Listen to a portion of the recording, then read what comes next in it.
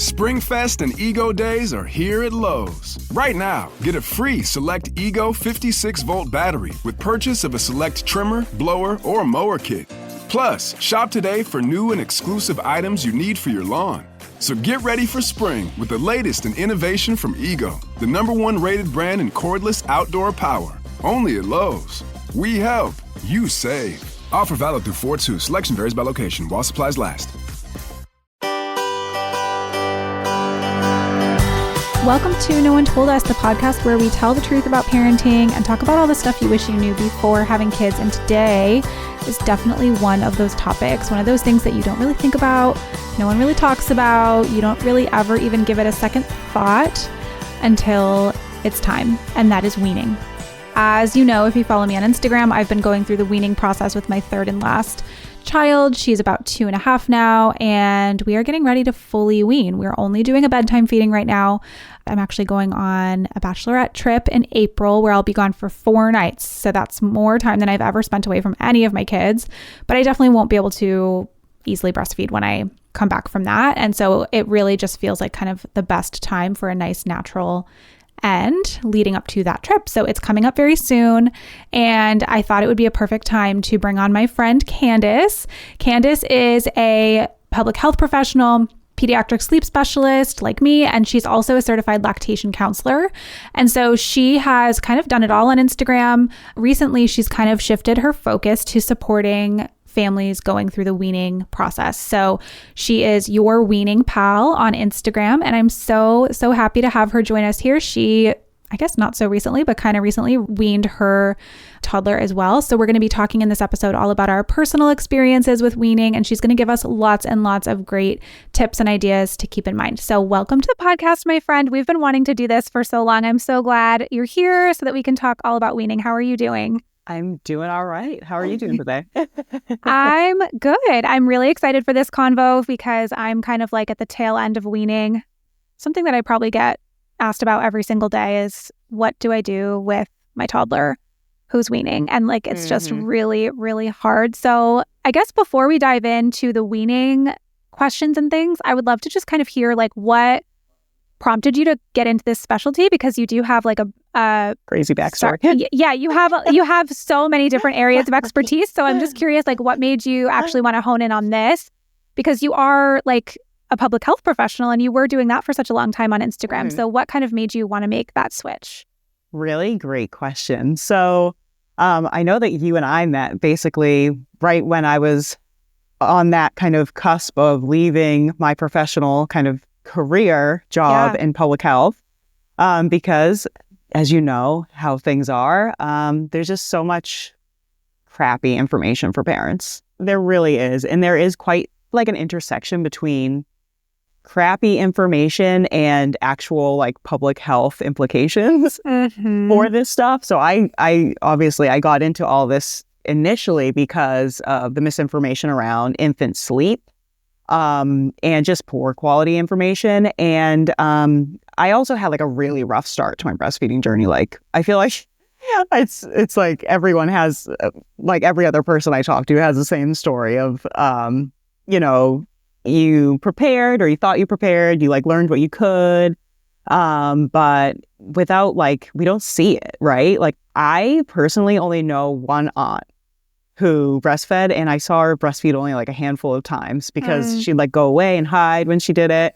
So we all have such a like lack of just actual real life kind of experience with witnessing it, and it's not really normalized.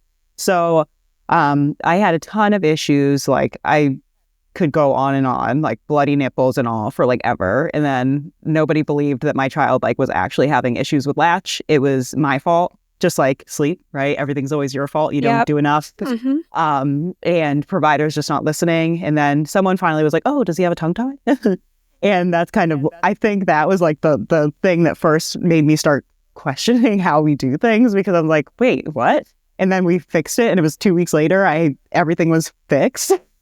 Oh my God. So so that was like crazy for me. And I maybe kind of go down the whole rabbit hole. But after I did the same sleep certification as Rach. And I decided to go forward with a CLC just because I had so many issues. I felt like it was like a nice kind of complement to my public health background. And I began to then, my kid was, I don't know, I call him Bobo online. But so Bobo. So he's not a clown. That's just like a nickname he gave himself. And I don't usually like say his name online. But Bobo, he was 2.5, 3 maybe by the time I was done with my CLC. And that's when I started to realize, I was like, wow, like even IBCLCs that I talked to, everyone, like there's not a lot of stuff on weaning because I was kind of getting to that point, right? Mm-hmm. Like I was further along in my journey and I was like, oh crap, like we need help here. Like I started diving into any research, which there is not much. I found like nothing because of course, women's health, why would we look into things like that? Right. So yeah, I started to see there was such a gap. You go to like the CDC's page on weaning, it's like the most ridiculous, like tiny paragraph. And then you start getting into these crazy blogs of people that are like, oh yeah, this 3-night method of, F you to your child. Like you had this whole relationship that you built up over time and we're just going to pull the cord, go away for a weekend. I'm like, stop. Oh my gosh, these are the worst things I've ever seen. So that's where I started to kind of realize this might be a gap I can fill. Trying to, use the information from what we learned with our sleep stuff, just general public health kind of approaches that I've, gained over the time and just ways of relating with people, which we should treat our children like people. Yes. And that's kind of like how I kind of fell into it. I just saw the gap and that's where I'm at. So amazing. I would love to hear about your personal weaning journey. And I think it's so refreshing to hear these types of stories from older toddler parents because I think there's all this pressure on parents to wean by a certain age, like before a year in a lot of cases. And a lot of people and a lot of babies are just not ready for it then. So I think you do such a great job of just normalizing that, like, it might be 2, it might be 3, it might be even a little bit past that. And that's okay. For sure. And then I'd also love to hear just from your experience working with clients, if you think that there is like a sweet spot age, like is there an age where it's any easier or any harder to wean? So I'll go in order. Remind me about the second part because after will. I'm blabbering, because you know how I am. Look how I just did at the beginning. I just you're like, oh my God, are you gonna? No, not at all. But yeah, so my personal experience. So I went back and I looked because I am so bad. Like I was online this whole time and I took like a bajillion pictures and like had them on stories, but I always had like silly text and all that. So I had to like go through so much stuff to be like, wow, I don't have like any cute pictures. Like all these things I tell my clients, I don't have all these things, but I was able to figure out the exact time. It was 3 years, 2 months, and 11 days. Oh, wow. That we breastfed. Okay. Yep, amazing. That was our whole journey.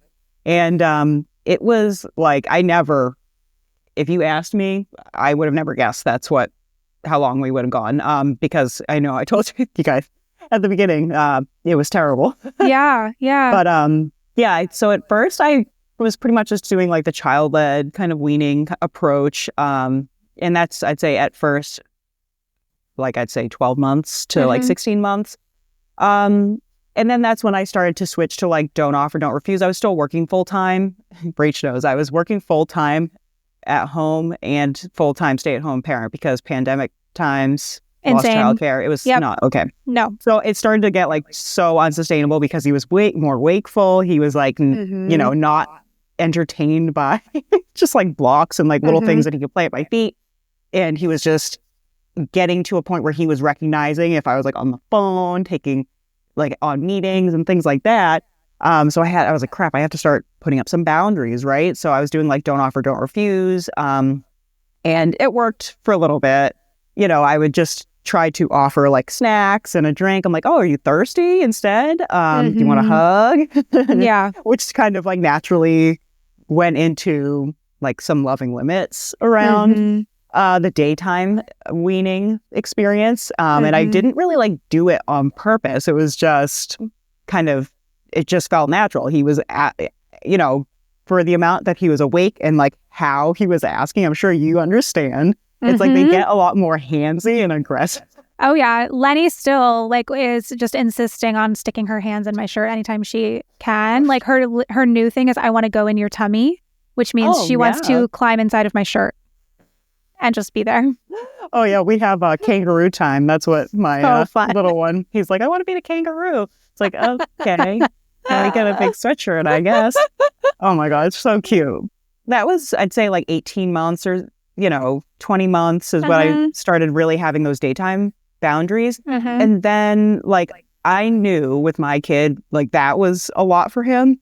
So I knew if I was going to end up like having to wean him fully, like complete weaning, it was going to be like a whole experience. So I like sat and I reflected on what times of day bother me most and what worked the most, because I wasn't at a point where I was like, oh God, I want to be done breastfeeding. It was just, I was recognizing myself like, oh God, there's these times of day that don't serve me. Like they just don't work. Yeah. And that's something that like when I'm working with folks that I try to help them recognize, because I think sometimes people get to a point where they're like, oh, my skin is crawling. And you can really find a workaround and like a balance for this time of day is specifically really bothering me. And this time of day is still working for me. Right. For me, I cannot stand like sleep disruptions are like crazy, like bad for me. Yep. So for me, I was like, we bed shared forever. And I'm going to be honest, like we still all, like literally all sleep in the same bed most of the time because I just can't, like, I don't want to be woken up.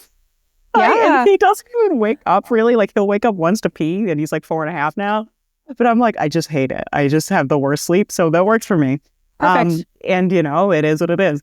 So I just focused on day weaning. So that's basically, I'd say by the time he was like in like 2, he was only nursing for naps and sleep. Yeah. Yep. And that was it. And then we continued like that for like 8 months. So it was like he was getting closer to 3 when I started to be like, okay, I think that overnight I'm kind of getting to a point where I don't want to do that anymore. We had moved. You guys went through a lot of changes. We went through a lot of changes. So for, that's like a whole other like layer to this stuff is that my kids, like, if we were just using like those 3 temperament categories, Rach loves temperament and it's so important. It seriously is so important for understanding like so many things about working with your kid, but, or any kid. My kid, if you're just looking at those big general categories, he's somewhere between like highly sensitive and slow to warm because like no kid really fits into like one category squarely. Exactly. So things like moves are huge in terms of like setbacks. You'll see so many things like if they were potty trained or they were like, they were weaned, they might like start asking it and stuff a lot more. So like that's why I just was trying to keep a lot of things as normal as possible.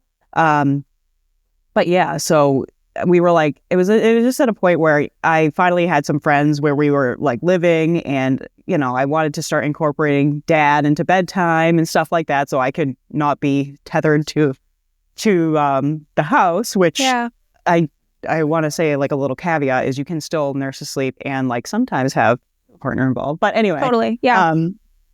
I just wanted to start making some changes and, we started to basically just do like, I focused on the overnight and it was, he had big feelings about it. Yeah. But for us, I feel like because I had already established like a lot of, he understood like when I set a boundary, he knows like I'm going to follow through with it. Right. It didn't take so long. And I don't mean that in like a way like, oh, you're not trying hard enough. Cause like I don't subscribe to that at all. There is just like this like medium space where you have to like see that, am I being a permissive parent? Totally. Like and always kind of like caving, or am I being like, consistent, warm, like you're offering your co-regulation, you're offering your calm, or your, we're not all Zen. No. So at least like you're like within you're like a level. Semi-calm, yeah. Right, you're like in your window of tolerance, right? Right. And able to just like ride the waves with them. And so that was, I'd say, so he was just over 3. So 3 years, 2 months. And that's when we actually, like, the end was basically accidental weaning because we weaned all through the night. So he basically day weaned from naps. I'd say 2 months before that, because he like got to that point where he wasn't really napping anymore. Right. So it kind of just worked out. And then I was fine with the bedtime nursing to sleep. And I knew in my head, I was like, I feel like if we night wean, because it was the morning that was really getting to me. He basically was only nursing to sleep in like those wee hours of the morning. Yep. I had a feeling, I was like, this is probably going to end it. But I was just shocked at how fast for me. I mean, I don't have large breasts, so that might have a bit of a role in my storage capacity there. There wasn't much. Same. Yeah. So when we caught that morning feed, it was like 2 days later. I was like, oh crap. We're trying to nurse to sleep at bedtime. And I wasn't ready for it. And he was just like, Mama, no, there's nothing there. And I was like, oh, and we both cried. Oh, so sweet. So it was relatively fast. Wow. Yeah. So obviously it was a while that we worked up to that. But when we actually did it, it ended up being pretty quick. Wow. I love that you talked about the boundaries thing too, because I find that that's such a tricky thing with a lot of parents, especially those that are trying to do gentle parenting, which again is not the same as permissive parenting, but a lot of times it does kind of go into that. And there's also this subset of parents who are really anti-sleep training, and they don't want to do any cry it out. They don't want to do anything that even looks like that. And I think it's hard sometimes for them to understand the difference of holding a boundary and supporting your child's uncomfortable feelings and just tolerating that and cry it out. I think sometimes it feels like it's the same thing, and it's really hard to kind of explain how it's different. Totally. And I love that you said that, because that is I would say the number one thing when I'm working with families that is the biggest pain point. And this is where I love all of my experiences, because with a lot of folks, I don't try to dig too deep. It's people will reveal things when you're working with them, but I often will share my own personal experiences. So Rach knows a lot of the biggest reason I kind of got into the space of public health, online, sleep, all of that stuff is as a kid, I experienced a lot of adverse childhood experiences. It's, I don't have to get into details, but a lot of us in the U.S. have. A lot of us. And it really does impact so many things in your life. We have data on that, but it also impacts, and we have data that it impacts your parenting. Yeah. But if you take it a step further, it impacts how you perceive things as you're parenting. So I try to, when I'm working with parents, I say, for me, when I have had to set boundaries, this has been, that's why I always actually recommend people start with anything outside of weaning, focus on setting boundaries in other ways, because it's hard. I think a lot of people end up swinging the pendulum the total other way. If you grew up in an abusive or neglectful kind of environment, you're I don't want to ever harm my child. So when you put up a boundary, your body is and your child has upset about it. I think a lot of people, as circle of security, right, kind of likes to present it, which I really appreciate, is it's like shark music, right? So we perceive it as a threat. You go back to that space when you were a kid and your parent did something bad, right? Or you felt was really bad. And that's how you feel when you do this to your child. So I have to remind folks, I'm there's a difference between, physical safety here. You're not putting your kid in physical harm. We've talked about all of the ways that we can support your child, right? Up to and including supporting yourself, which sometimes does include, it's okay to walk away. If you are having such an intense reaction to your child's upset, take a deep breath and say, Mama's going to be right back, or Dada's going to be right back, or, whatever you are called. We're going to be right back. I need to take care of myself for a minute. I love you. I'll be right back. It's, bridging the separation there, right? Because you don't want to leave them hanging. And that's the difference between, I'd say, cry it out and sleep training, because people are oh, well, you're telling me to leave my kid. I'm well, I'm not telling you to. I'm telling you, number one, you got to take care of yourself. And I'm not telling you wait 5 minutes or wait 10 minutes and then wait 20 minutes. I'm telling you, take care of yourself, get yourself together, and then get back in there, champ. We have to support your kid. So, and sometimes they're well, my kid's going to follow. I'm that's fine. Your kid's going to follow you. They're going to watch and they're going to learn, because I know a lot of us have never seen our parents regulate themselves. Yeah. Oh my God, it's so, so true.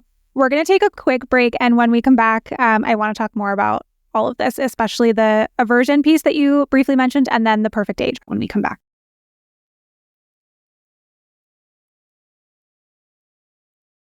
Are you ready to optimize your nutrition this year?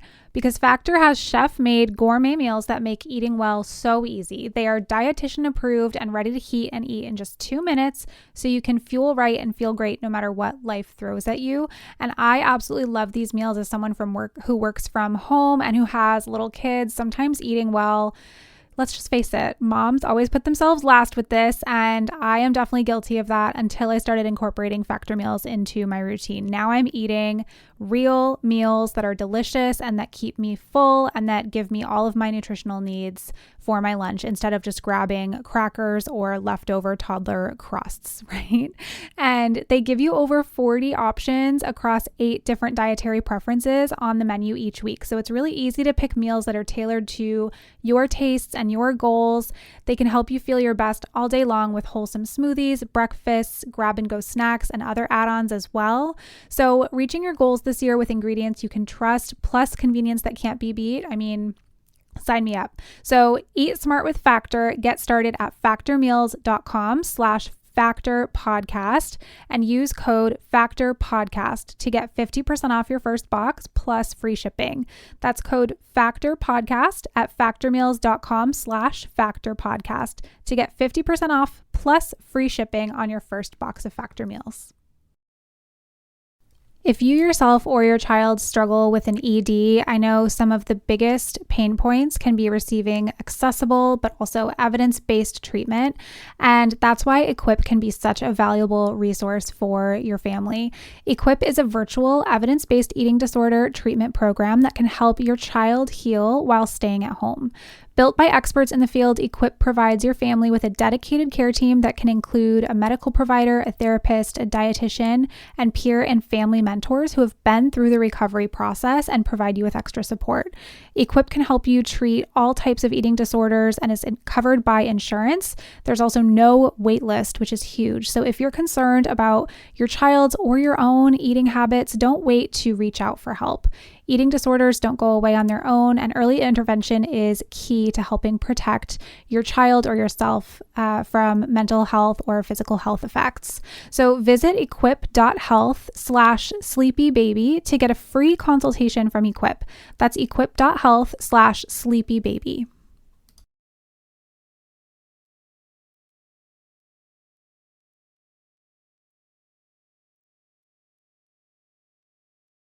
We were just talking about like the uncomfortable emotions and like needing to take a breather and take time for ourselves sometimes when we're going through this process.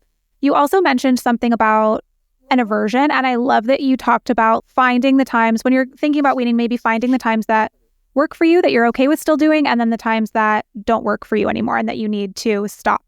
I love that. And something that people ask me a lot about is nursing aversions. I wonder if you always need to wean if you're going through an aversion, or if there are other ways that you can kind of get around that.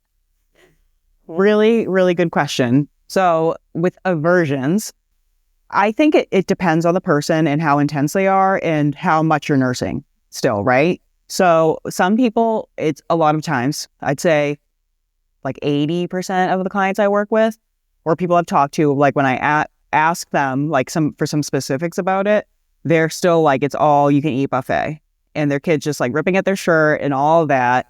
And that is where we start. I'm like, yeah. I think that's where a lot of the issue is, because again, it kind of goes back to what we were already talking about of, being able to set boundaries can help you feel more in control, but it also helps your child feel like they can trust you to lead them through. Right. I think a lot of people don't kind of see that connection. So it goes right back to the parenting style a lot of the time. And when I can help people to better hold boundaries, and usually I have folks like once we work through things, I usually say like, let's focus on those feeds that are just the in-betweens, the ones where they're probably bored, they're probably thirsty, they might be hungry. Focus on those first, because like the sleepy ones are, I'm sorry, those are my favorite. Like, why don't fix it if it's not broken? Because it's, as you know, nursing to sleep is like a very biologically expected way to go to sleep, and that's fine. So as long as that is a part that isn't bothering people, right? I think it's okay to focus on the other. And I say this kind of as a caveat is that we also have to sometimes parse through expectations, because there's so much, you do this every day. The sleep expectations that people have are so unrealistic. So just trying to manage the other times can be really helpful. But so say like a parent, they have really weaned a lot already and they still are having aversions, then I think that's usually a good sign. Like, okay, well, I think it's okay to come to an end, like you've done everything else.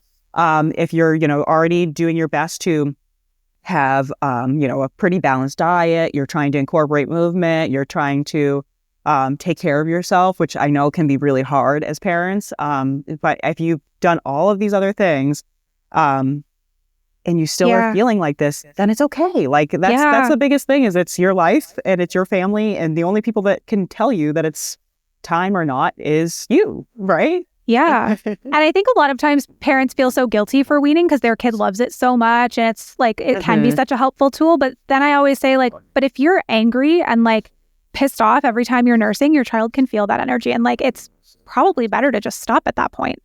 For sure. That is so huge. I'm so happy you said that, because that, again, it's like a pattern of behavior, and that is what makes or, breaks, if you will, the attachment your child can form with you. Right. Because at the end of the day, like folks, I think sometimes forget, like, attachment is one way. It's child to you. And they forget that no matter what, your child does have an attachment to you. It's just like, what is the quality of the attachment? And it's not, again, to like weaponize that term or anything. There's so much room for flexibility in that relationship. For sure. But again, like you said, like if it's this, like every time you nurse, you have this like really strong, intense adverse reaction that your child can sense, then it'd be better for the relationship to just be cut. For sure. I totally agree. It's also interesting what you said about like the feeding to sleep, because I still feed Lenny to sleep at bedtime. She's almost 2.5. And we've been night weaned for months now, and I still won't stop that because it's just so fast and so easy. It is like the best. until there's nothing but dust, like I'm happy to do it because it just is so much easier. And I remember when I weaned my middle, once we stopped the bedtime feed, it was taking so long to fall asleep at bedtime, and I was so over it. Like she just would roll around and want to chit chat and want me to tell her stories and want to listen to this and that, like for over an hour. And like, of course that decreased once she got used to it, and like we figured it out, and now she goes to sleep like a dream and it's fine. But that can be really hard. So like also just make sure you're ready. Like make sure you're ready for sleep to be a little trickier. And then you also mentioned the early morning one. And that's definitely what I hear from most people is like it's a really, really hard one to drop. That like 4 or 5 a.m. is brutal, because if they don't nurse back to sleep, sometimes they're just up for the day, which can really suck. So how do you get around that? Some of it is no, you can't get around it. I mean, it's the radical acceptance of the fact that when you're tackling this, mornings are probably going to be a little bit early. Yeah. That's one thing I always recommend, but there are some things that we can do to help extend that time. And I'm sure that you have like a bajillion tips on this kind of front. But one thing that I've done with a couple of clients to get through this tricky time is I have like a love-hate relationship with things like the hatch light. Yeah, same. They can be really helpful as a cue, not as like a you must stay in your room until it's green. It turns a certain color. Right. But it's a nice cue to help like show your child like what a boundary is when you are like asleep and can't like be the one leading the way at that time of day. Especially because a lot of folks like are very deep sleepers, and they'll be like, oh, my kid just like lifts up my shirt, and then I'm like, how am I ever going to drop this feed? So besides like having like physical barriers, like I'll tell folks, if you're like, done at that time. You might want to put like a sports bra on because you'll something wake tight. up if they're trying to get it off. So it'll help you be able to enforce it. But something like that hatch is, I know that, with some folks, when we've like weaned off of that time, it does music and it has the light. So we had it have a light on for a certain period of time where it was like, okay, this is the time that it's okay to nurse. So it, we kind of moved the goalpost, if you will. So instead of letting them just nurse, it's like, okay, you can nurse when you wake up, when it's like it's time to wake up. So, when it's this, and we had music. So I had them incorporate usually 2 cues, because then we're going to want to remove the nursing in the morning. Right. So then the cue would be, okay, when this light comes on, we're going to do, what is the new sleep association? Is it a cuddle? Is it a back scratch? Is it, whatever it is that your child accepts? That's what we're still going to be doing, all of that. But then I had, like, for a couple of these families, like, slowly reduce the time of whatever the audio cue was until there was no more audio, and that's no more milk. So that has been really good. That's been really helpful for a couple of families. And it's something that, if you have that, it can be really great. But you can do the same things without like the fancy schmancy devices. You can just look at your phone and just, reduce the time, or you can play a song and you can make it shorter and shorter, pick like shorter songs or sounds, whatever works for you. Some people like to use like a little timer, and it will have like a little chirpy thing that is not like aggressive and horrifying to hear early in the morning. But again, sometimes you can just be done. Like you don't have to like always like slowly reduce. You can just be like, okay, like you prep them, you let them know, like we're going to either have milk in the morning, just like when the sun comes out, like that book, Milky's in the Morning, which is a really great one that lots of families use. Or like if you're removing that feed altogether, we're just going to say, this is what we're doing. This is what you can do. And we're going to get through it. I'm here for you. Like, I know it's a hard change. And in those cases, we usually see more of those early morning wakes, but I'd say like after 2 weeks max, it always extends. Yeah. They like kind of get through it. And like, we all have like a time of day we prefer waking up. This brings me back to something I was asking about earlier that I wanted to come back to, which is, what do you think, if there is one, what do you think is the easiest age or the best age to wean, or is there none? Because for me, weaning my 2 girls my first dropped his feeds on his own, so like whatever. But my second 2, I've had to very intentionally wean, and I did it in a very similar way to what you described with like daytime first and whatever. But I found it so much easier to do it when they were a little bit older, like 2, because they could understand so much more language. Yeah. What is there to that? What do you think? I 100% agree. I have worked with families who I'd say like as early as 14 or 16 months, and it is a lot harder. And I think that it's a communication. It's not that they are not aware of things going on. It just, I think, harder for them to understand why. You know what I mean? Yeah. So some kids, it depends on their temperament, it goes okay. And it's kind of like fine.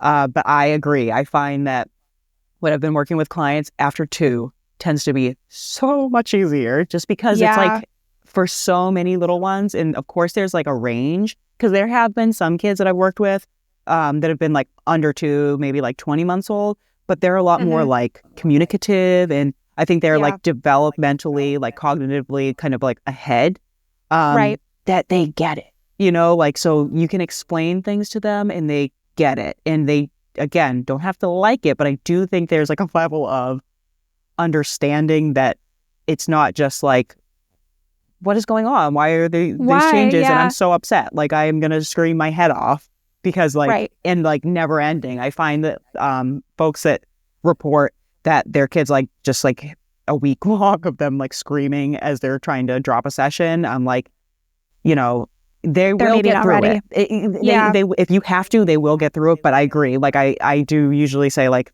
you might want to assess for readiness. I didn't share with my own weaning story.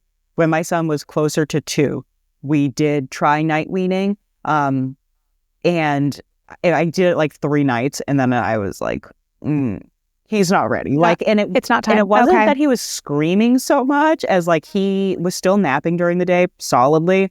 And like, he just like wasn't going to sleep. He just was like, fine. He just like you said with your daughter, like your middle daughter, like it's just, I was like, I can't do that. Like, I don't want to do that.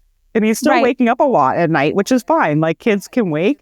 And I just didn't have it in me. I'm like, this kid's got all the energy in the world. And like, I like the nap still because I get stuff done during the day. So I'm not willing to change. So I reassessed.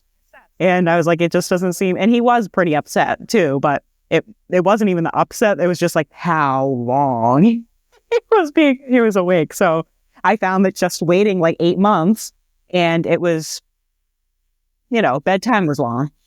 Yeah, I think sometimes parents think it's going to be like a one and done, but like I've talked about this on my Instagram before. My middle, I had to try 3 separate times because like she got hand, foot, mouth, and I felt like a monster because like there was nothing else she could eat. Right. So we, had to start all over again, and then we were traveling, so we had to start. So it's not always this like linear journey of like, oh, I'm going to start on Monday and we'll be done by Sunday, and that'll be that. So okay, we're going to take one more quick break, and when we come back, we're going to just do some rapid fire questions from my audience. Come back and talk about that.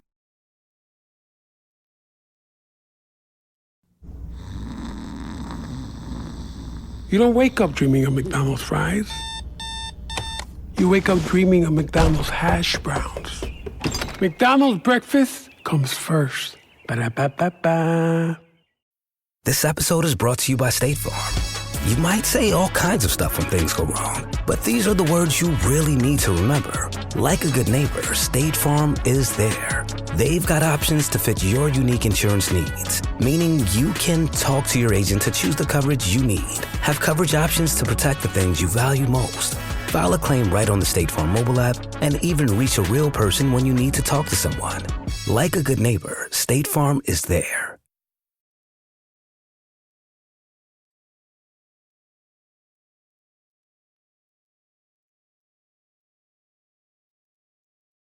We are going to do some quick questions. And so if anybody wants more detail about any of this, you can work with Candace. You can find so much great information on her Instagram page. But we're going to just do like rapid fire style so that we can get to as many as possible. Okay, so the first one is about weaning depression. So this one obviously is hard to do succinctly, but can you prevent those depressive feelings when we're weaning? So I think that if we approach it just like we do general depression, I am not a clinician, so this is just, I'm going to give like very high level information. Please reach out to your care team. It is okay to get professional help, period. Mm-hmm. No questions asked. So it is normal for I don't know, normal. I don't like to say that. Common for a lot of people to have hormonal fluctuations with weaning, which can lead to and up to depression. And if you are at that place where you're like, okay, I am depressed, please, like I said, go get help. It is okay. And it's usually temporary. You can, get the help that you need, and it's not like a forever thing. I think that's one thing that people don't understand with like depression and, whatever options are available. It's usually just to get you through, and it doesn't have to be a forever thing, especially if it's like a periodic thing like weaning. It's something that's not a forever experience. But for some folks, your hormones can go haywire. It depends on how fast, I think, that it has like a higher correlation with like your likelihood of having like hormonal related depression symptoms. But for me, and something that I tell clients is do what you can to take care of yourself. And I think with a lot of parents who breastfeed for a very long time end up being really self-sacrificing, and like, don't just eat scraps. You have to feed yourself. Try to, have like balanced meal, like have some protein, carbs, fats, essential nutrients like zinc and vitamin C and iron, focus on trying to just eat well, drink well, enough water, try to avoid alcohol, minimize alcohol consumption, because that we know can lead to lower mood, which can then exacerbate some symptoms of like depression. Move your body. That doesn't mean like, oh, you have to go get a gym membership. Just like do laps in your house if you need to. You can have your kid there and do like stretching or Pilates or yoga or something. It doesn't have to be intense. It just has to be, just get yourself moving, because that can help your body get through things. But also just like have like a little support network, whether it's your partner or if you have a friend, someone that you can text even is huge to help you kind of like manage your emotions, because I think sometimes like keeping things bottled in can really just make it harder for us to get through hard times that then can make it worse. You know, like it can lead to Definitely. Harder times. So yeah, that one's really tough. And I think for a lot of people also just like knowing that it's a thing that will happen or could happen is helpful, because I think sometimes people are really surprised by it and then they're like, oh my God, what's wrong with me? Yeah. Okay, next one. Oh, this is a good one. This is something that I definitely was afraid of because I had like a little bird eater. She never ate anything. How do I wean my toddler if he literally barely eats anything I give him? Yeah, that is really tricky.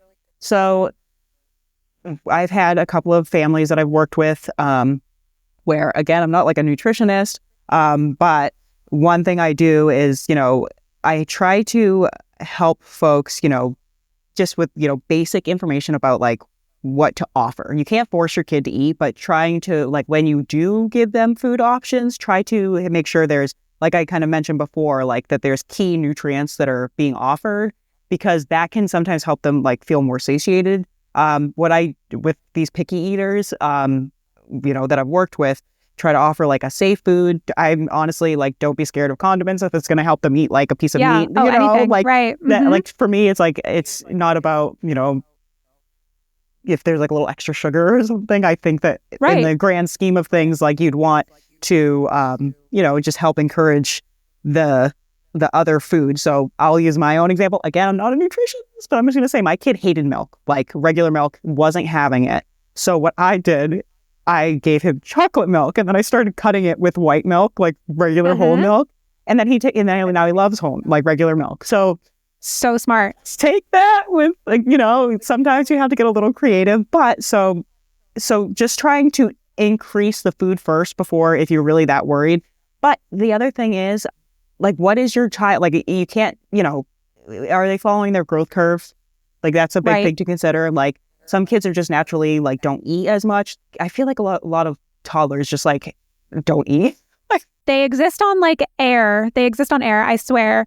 The other thing I was going to say is they might start eating more once you wean. So that can be scary to, like, jump off that cliff. But my toddler did start eating a lot more once we stopped breastfeeding, especially during the day. So that's why, absolutely, I was going to get into that, is that sometimes you can try to just do those between, if you notice that they're just like snacky all the time, like try to drop some of those snacky feeds and offer a snack. And they might not eat it, but that's fine. But they might be a little hungrier.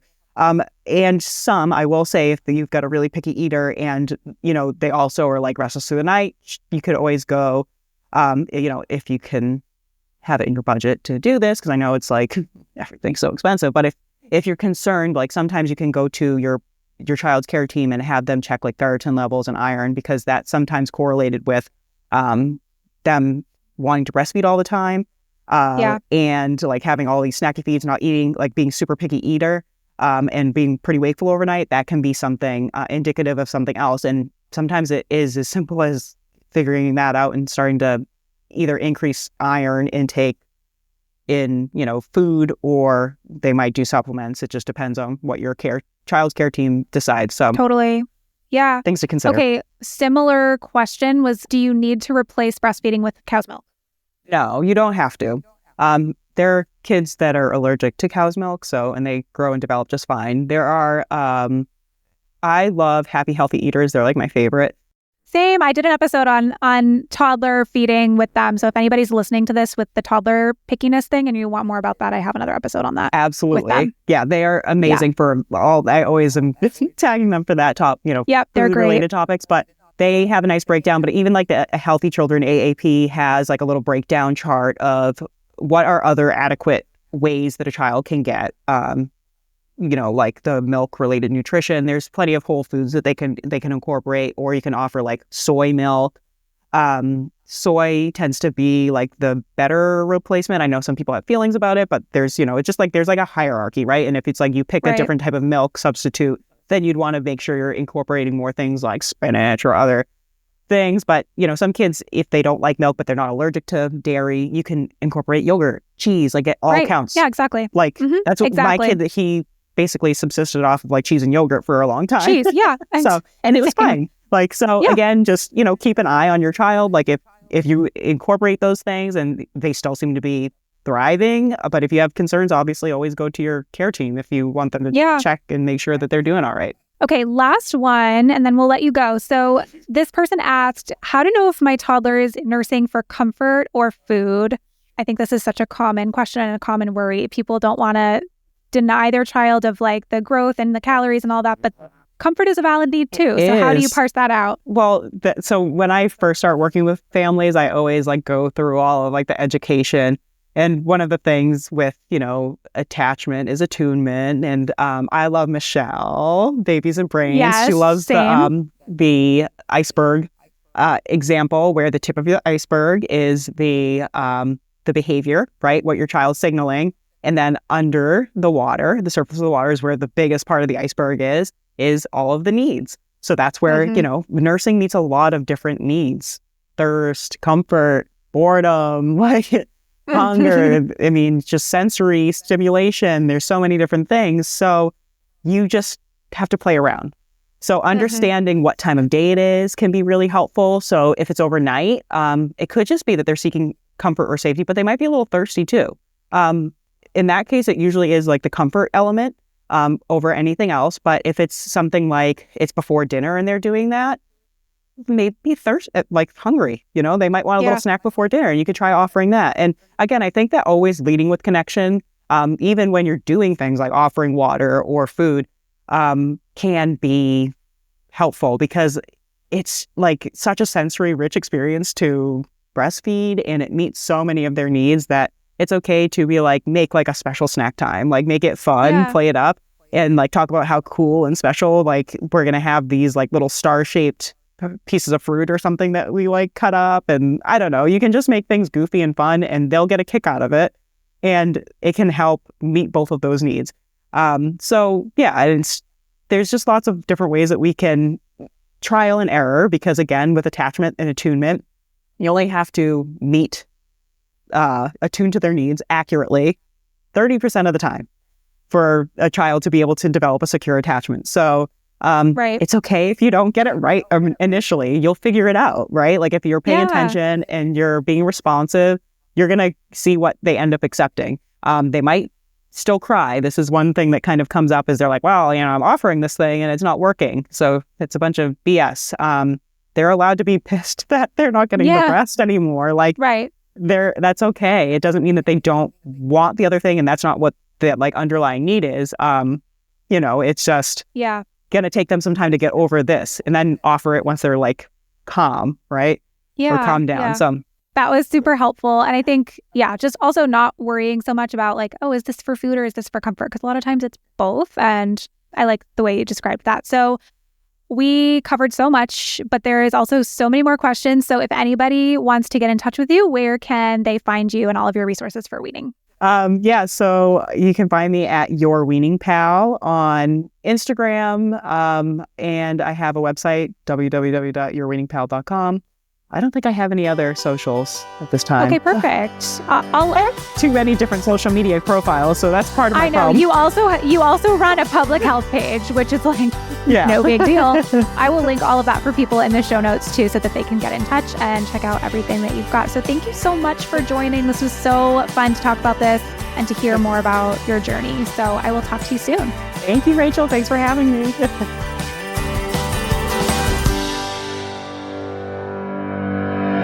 If you're thinking about getting a new car, let me tell you about Buyers Volkswagen. You can browse and shop entirely online at columbusvw.com or come visit us by the airport, where our friendly brand specialists are ready to help. During the Volkswagen Deal Days, get up to a $2,500 customer bonus towards the purchase of a new 2025 Volkswagen. Come see why it's better to buy at Buyers. Customer cash bonus not combinable with special lease and APR offers through VW Credit. See dealer for details. Offer ends April 30th, 2025.